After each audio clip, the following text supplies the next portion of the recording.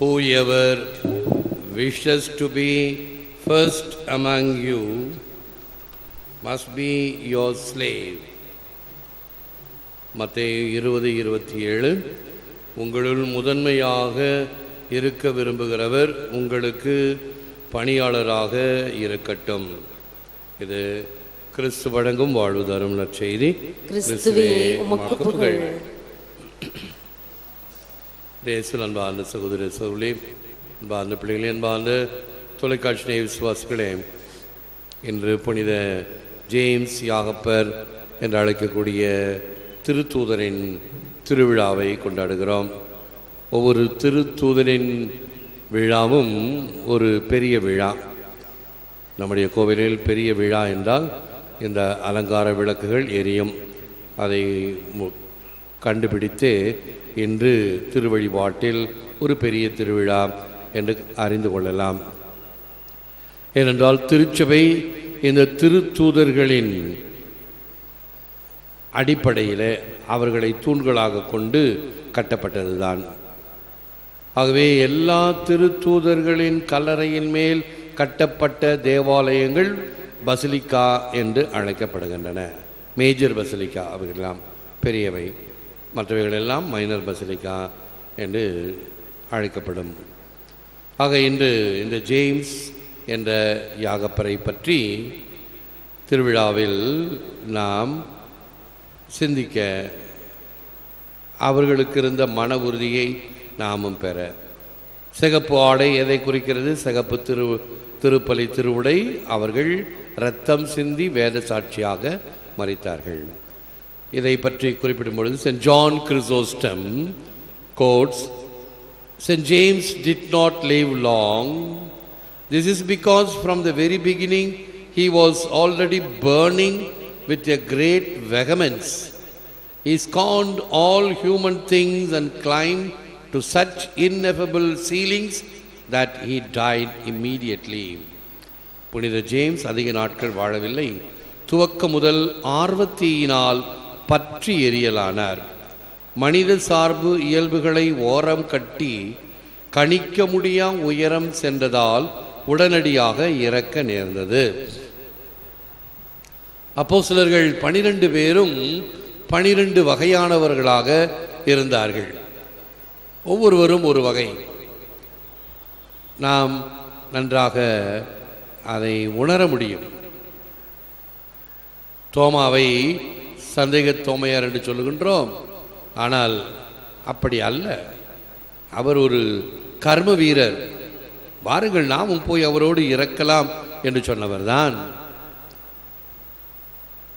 சில சமயத்தில் நம் வார்த்தைகளை சொல்லுகிறோம், அந்த வார்த்தைகள் உண்மையாக செயல்படக்கூடியதாக இருக்காது. இப்போ கோபத்தில் சொல்கிறோம், நம்ம பிள்ளைங்களையோ மற்றவங்களையோ அடிக்கும்போது தோலை உரிச்சிருவேன் அப்படின்னு சொல்லுவோம். தோலை உரிக்கவா போகிறோம்? இல்லை, சும்மா ஒரு பேச்சுக்கு சொல்கிறோம், ஒரு பயமுறுத்தலுக்காக. ஆகவே தோமையார் இந்த அப்போ மற்றவர்கள் எல்லாம் அவரை கேலியும் கிண்டலும் செய்ய, நாங்கள் ஆண்டவரை கண்கூடாக கண்டோம் எனது இவருக்கு உசுப்பேத்தின மாதிரி ஆகிப்போச்சு.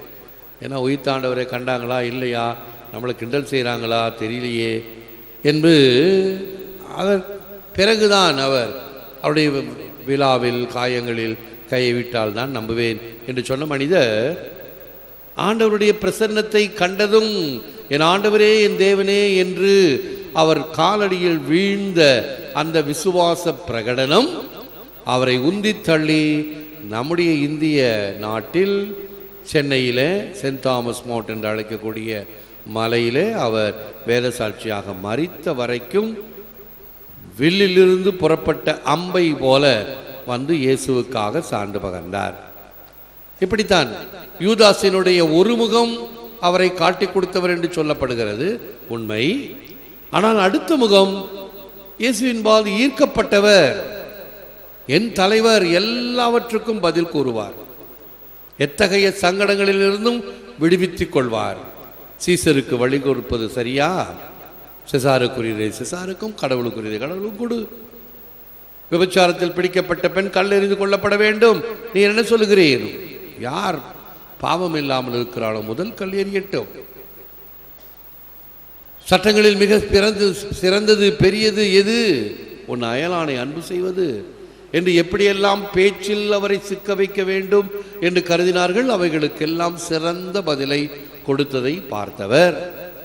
ஆகவே என் தலைவர் தான் உண்மையான மெசியா என்பதை இந்த சதுசேயர் பரிசேயர்களுக்கும் எடுத்துரைக்கக்கூடிய வகையில் அவர் அந்த மீனுக்கு போடுகின்ற தூண்டிலில் இரையை போல மாட்டிக்கொண்டார். இயேசுவை அவர்கள் பிடித்து கொண்டார்கள். இவ்வாறு ஒவ்வொரு அப்போஸ்தலரையும் பார்த்து நாம் தெரிந்து கொள்ளலாம். புனித ஜேம்ஸ் இவ்வாறு ஆர்வமிக்கவராக இருந்தார். பிலிப்பு பாருங்க, இயேசுவிடம் கூட்டி வருவார். இந்த கிரேக்கர்களை கூட்டி வந்தார், அந்த சிறுவனை கூட்டி வந்தார், 5 அப்பங்கள் 2 மீன்களை வைத்திருந்தவனை. இவ்வாறு அப்போஸ்தலர்கள் ஒவ்வொருவரும் இயேசுவிடம் மக்களை கூட்டி வந்தார்கள், இயேசுவை பிறருக்கு கொடுத்தார்கள், தேவதாயை போல. மறுபடியும் saint John Chrysostom, he gave up all earthly interests and attained such inexpressible degree of excellence that from among the apostles he was killed the first. 12 அப்போஸ்தலர்களில் இவர் உலக சுகங்கள் அனைத்தையும் வெறுத்து ஒரு உன்னத நிலையை அடைந்தமையால் தான் அப்போஸ்தலர்கள் முதன்மையாக இவர் கொல்லப்பட்டார். 12 அப்போஸ்தலர்கள் முதல் வேத சாட்சியாக இறந்தார். கார்டினல் ஃபுல்டன்ஷைனுடைய வார்த்தைகள், remember that no one remained dead in Christ's presence, not the daughter of Jairus, not the widow of Nain's son, not Lazarus. So too will it be for others who by God's grace and their cooperation with His grace recognize their suffering as a means of salvation for themselves and others. கிறிஸ்து இருக்கும்போது யாரும் அங்கு இறந்திருக்க முடியாது. ஜேரஸின் மகளை இறக்க விடவில்லை. விதவையின் nine மகள் லாசர் போன்று தங்களுடைய ஒத்துழைப்புடன் கடவுளின் அருள் வரங்களை பெற்றவர்கள் தங்களுடையவும் மற்றவருடையவும் மீட்பை பெற்றுக்கொள்கிறார்கள். ஆகவே அப்போஸ்தலர்களின் அடிப்படையிலே கட்டப்பட்ட திருச்சபையிலே நாம் உறுப்பினர்களாக, அங்கத்தினர்களாக, வாழும் திருச்சபையின் மக்களாக இருக்கிறோம். நம்முடைய இந்த விசுவாச உறுதிப்பாடு, வெளிப்பாடு நம்முடைய வாழ்க்கையில் திகழ வேண்டும், மிளிர வேண்டும். வெறும் சொல்லில் வீரரடி என்பதை போல் இல்லாமல், வெறும் வாய்சாலக்கு இல்லை, அதை வாழ்ந்து காட்டக்கூடிய வகையில் நம்முடைய விசுவாச வாழ்வு அமைய வேண்டும் என்று செபிப்போம். முழந்தாள் இருப்போம். Lord Jesus, make me a servant of love for your kingdom, that I may seek to serve rather than be served. Inflame my heart with love, that I may give generously and serve joyfully for your sake. ஆண்டவராகிய இயேசுவே, உம் அன்பின் அரசில் என்னை ஓர் ஊழியனாக்கும்.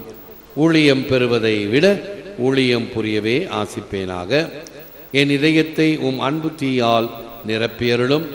தாராளமாய் கொடுக்கவும், தியாகத்தோடு இழக்கவும், மகிழ்ச்சியோடு ஊழியம் புரியவும் செய்தரலாம். எல்லாம் வல்லவரே, நல்லவரே, போற்றுகிறோம், புகழுகிறோம், நன்றி கூறுகின்றோம், ஆராதிக்கின்றோம். தேவரிதாமே இந்த நற்கரணிலே எமக்காக விற்றிருக்கின்றீர். உமக்கே நன்றி, துதி, தோத்திரம், புகழ், மகிமை உண்டாவதாக. அப்போஸ்தலர்களை கண்டு பாவிக்கின்ற நாங்கள் அவர்கள் வழியாக பெற்றுக்கொண்ட இந்த நற்செய்தியை நாங்களும் நிறைவாக பெற்று எங்கள் சொல், செயல், சிந்தனையிலே அவைகளை சார்ந்து பகர்ந்து பிறருக்கும் உம்மை கொடுக்கக்கூடிய வகையில் எங்கள் உள்ளங்களை தாராளமாக, தியாகமாக மாற்றியருளும். இந்த வழிபாட்டை, வல்லமையான ஆராதனையை பல வகைகளிலே உலகெங்கும் பார்க்கின்ற மக்கள், பங்கு பெறுகின்ற மக்கள், விசுவாசத்தோடு உம்மை தொட்டு ஜெபிக்கின்ற மக்கள் அனைவரையும் ஆசீர்வதியும்.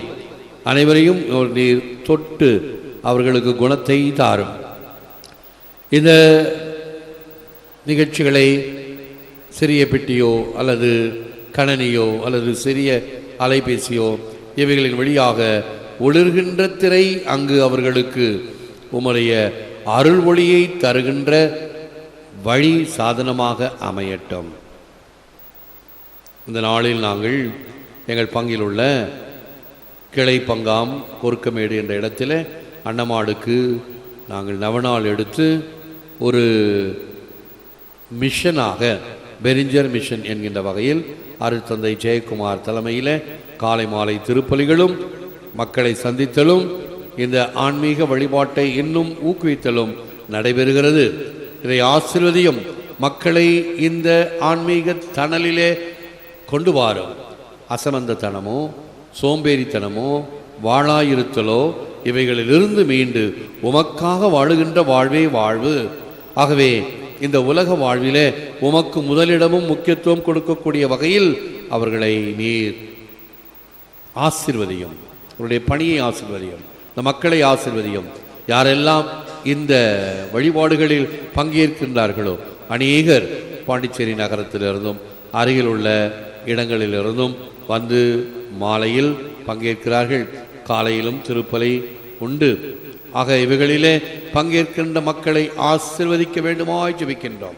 அவருடைய இந்த நற்செய்தி அறிவிப்பு முகாமை ஆசீர்வதியும்.